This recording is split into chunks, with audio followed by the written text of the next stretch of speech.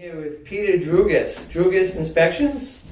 How are we doing, Peter? You're very good. Thanks for having me here. Yes, I understand business is steady for you today. Yeah, actually, it was strange when the market kind of tanked 2 years ago. I actually went in the other direction. I got busier. The best years I've had in 10 years are the past two. Wow. So, yeah, I mean, I like to think it's because I'm a good inspector. Yeah. And I suppose there's some other factors in play too. But yeah, I just got busier. You wouldn't even be on the show if you weren't a good inspector.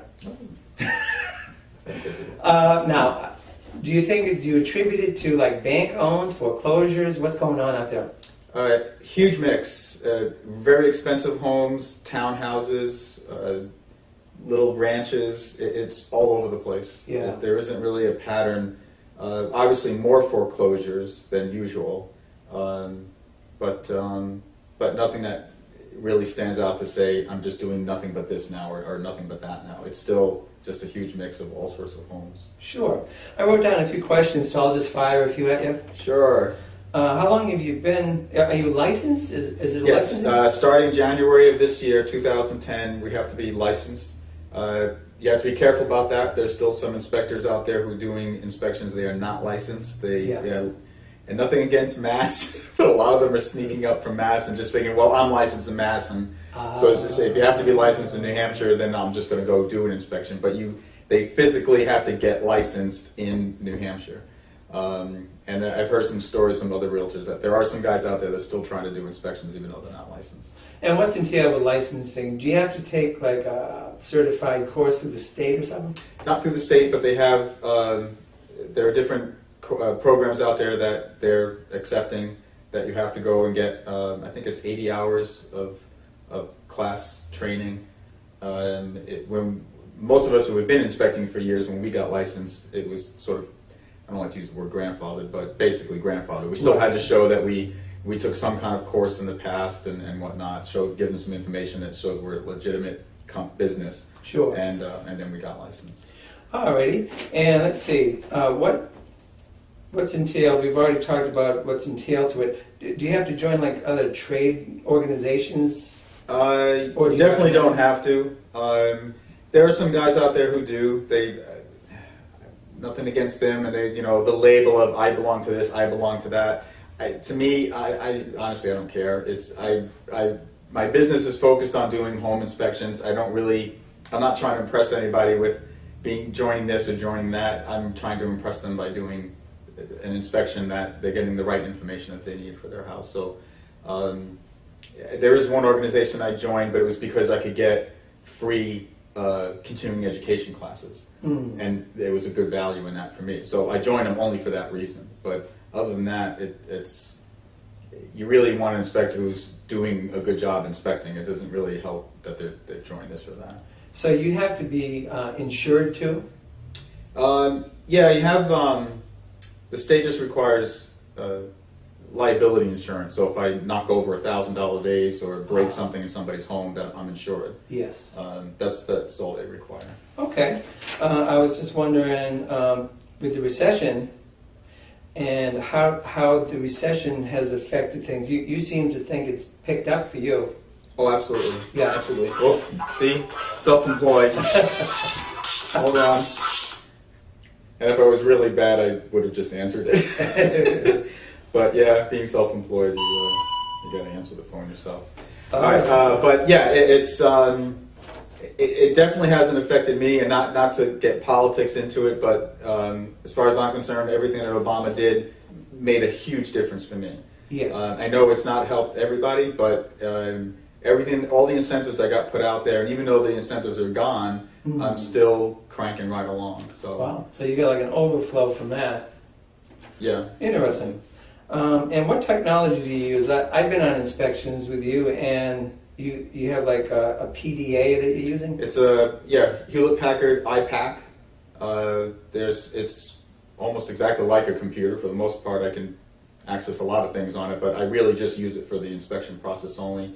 There's a separate software in there that I can jump from a bedroom to the hallway to the attic to just any part of the house, jump right to that part. There's enough things that are typical in a home that I'm just checking everything off.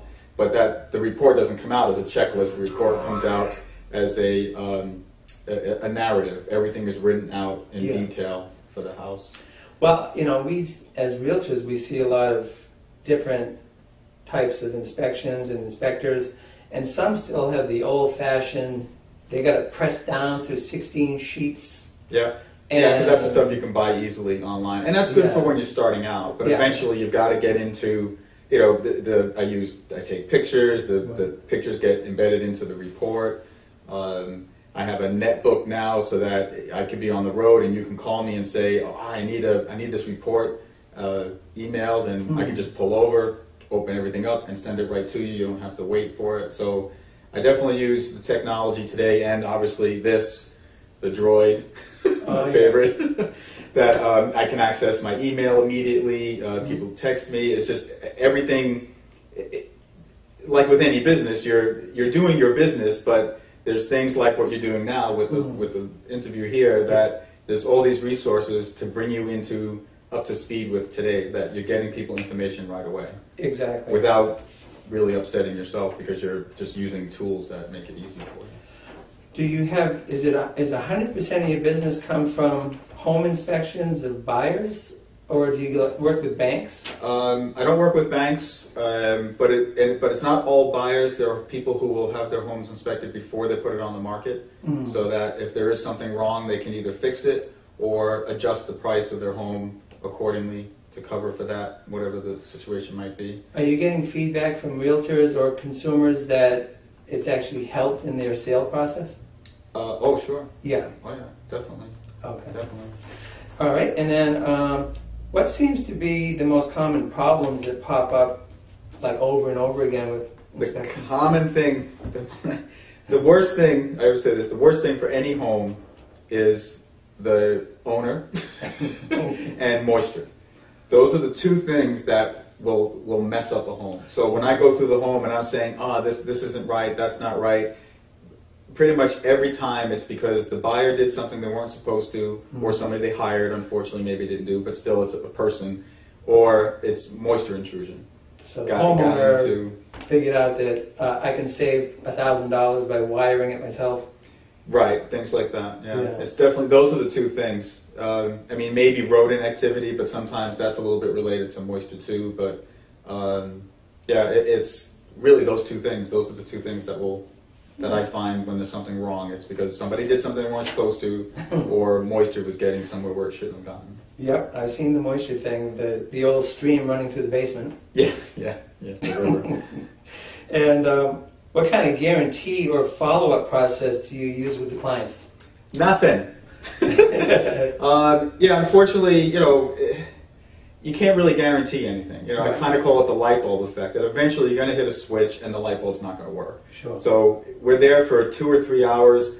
My style is operating everything I can get my hands on, but there's no way you can guarantee what's going to happen as soon as I walk out that door. I've been at inspections and turned on a faucet, it leaked, took a picture of it, and then I said, oh, by the way, the kitchen faucet leaks. And somebody will go over and say, it's not leaking. And I said, I'm telling you, it was just leaking, and then it could have gone the other way. I could have found that it didn't leak, and 2 seconds later it was leaking. It's just the way you move the handle. So unfortunately, we can't guarantee anything. It's really just, this is what we operated everything, and this is the condition, this is how it behaved at the time of the inspection, when we operated it. Follow-up, very limited. Usually if something has to be fixed, if it's a plumber, electrician, contractor, it's pretty much put on them that they did the work properly, and if there's any issue that you would go to them to say, well, you fixed this, but it's not right. It's not really something an inspector does to go back to. We can't go back to every inspection and re-inspect the house after you maybe had things done to it. This is not practical for us.